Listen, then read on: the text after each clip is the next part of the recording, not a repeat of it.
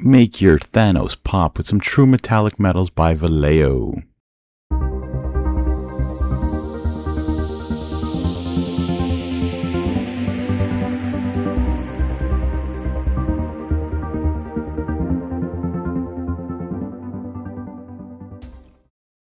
Hello Slayers of the Grey, welcome back to the channel. Today we're going to be painting Thanos from Marvel Crisis Protocol. We're going to be priming him in a dark Panzer Gray by Vallejo primers.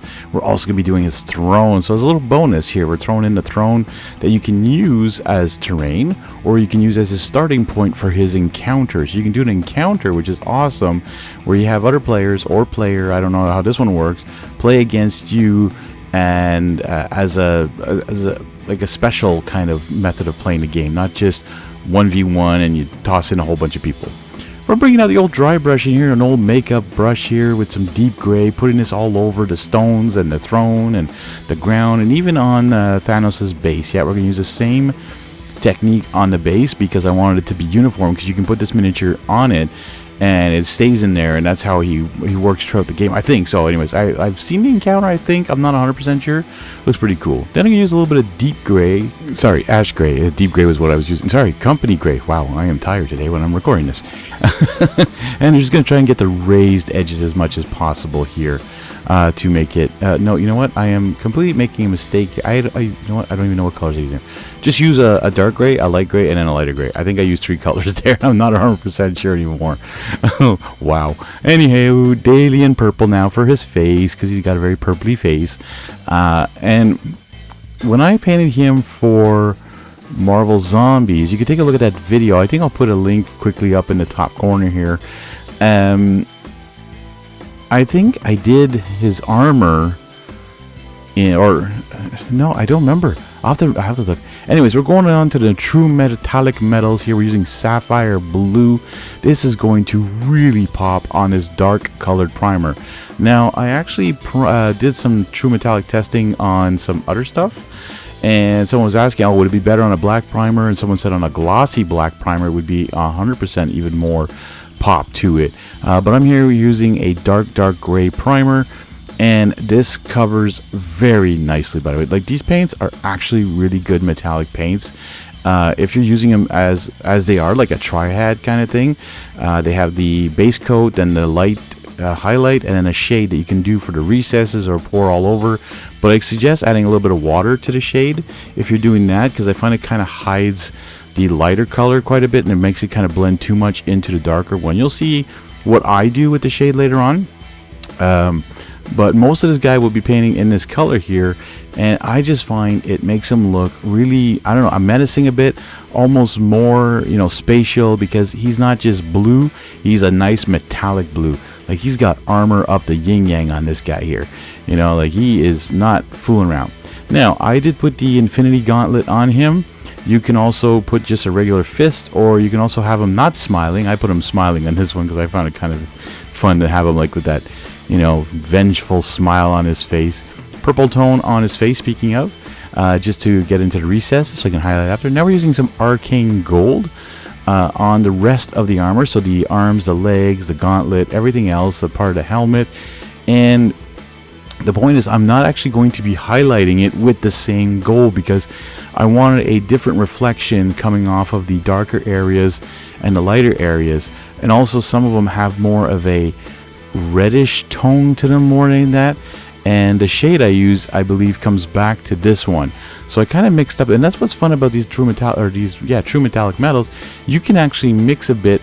Like, if you have, like, I think there's what, 3 or 4 blues. Well, you could use the base of one, the light of another, and the shade of the other, maybe, to have even more different color schemes. So you can really mess around with this. So yeah, there's about 60 paints if you're not counting the air ones, because the air ones are identical to the base. It's just you can put them through the airbrush.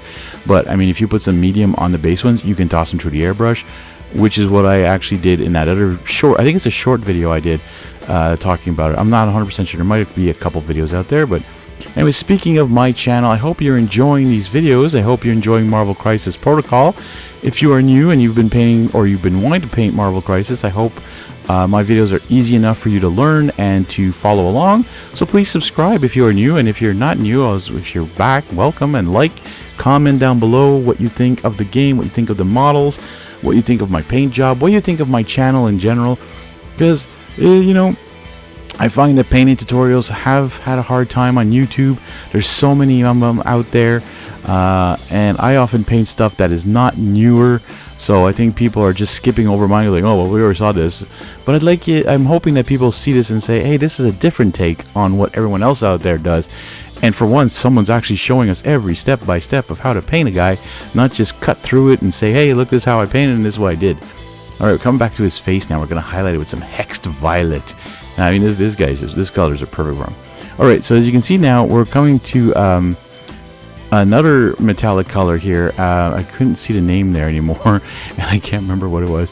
It's a different light blue. It's in the others. I think it's not the sapphire, it's not the ultramarine. See, I think I never used this one. Anyway, so I'm coming, as you can see, I'm really grabbing where the muscles pop the most on his armor. So this is it. Is he wearing armor? Is he wearing stretchy pants? Is it supposed to be this metallic? I mean, when you look at the model or the picture, it looks like he's wearing all metallic, you know, clothing. It could be just a reflection of the light, and I could have been doing non-metallic metal maybe instead. But I think this just looks really cool, and I think he's going to be even more imposing on the table. I think it's just going to make him pop a lot more. And we're having a lot of fun with it too, and we're using these metallic metals, which, you know, gets them off the dusty shelf and has fun with them. I'm sure you can use them for so many more other ideas, but this was really putting it to the test, having a lot of it put onto a model and really showing how those highlights really pop. Especially, I'm using two different colors. And see, speaking of different metals, here we go with the Imperial Gold. So this is a base, it's not a light, and I'm putting this around some of the areas that are supposed to be like more reddish color, almost like it's more orangey than yellow.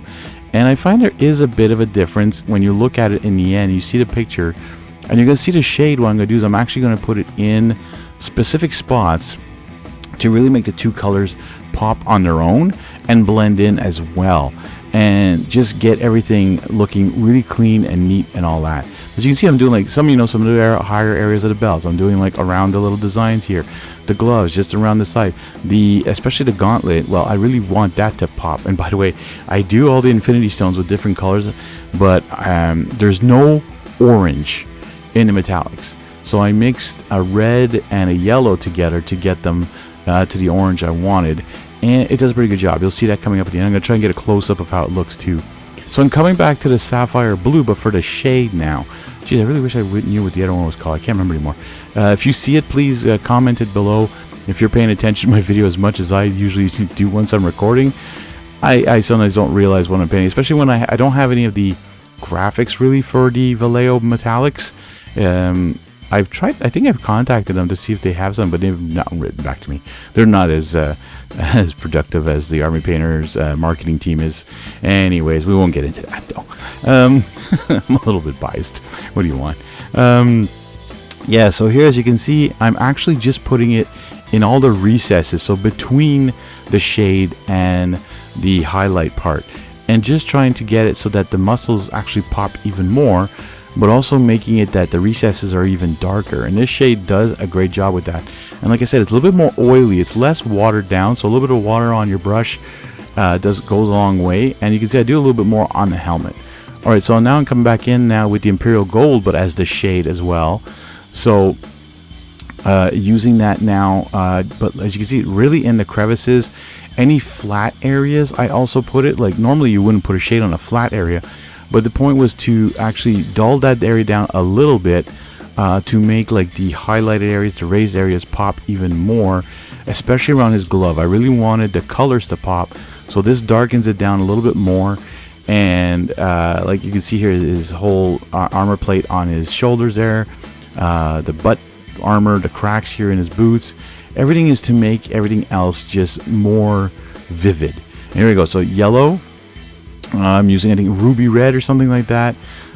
Using, and it's like I go between, I think I use mostly, some bases, some lights. You can play with this and have some fun just doing all the gems. They're very tiny, so you're barely gonna see them. I found the order of them too, so I did the right order of them. And there you have it, folks. Thanos is completely done, ready for the table, ready to take on all of the Marvel Universe. I want to thank you guys so much for watching. Don't forget to hit that like and subscribe, share this video, comment on it, and don't forget to keep slaying the gray one miniature at a time.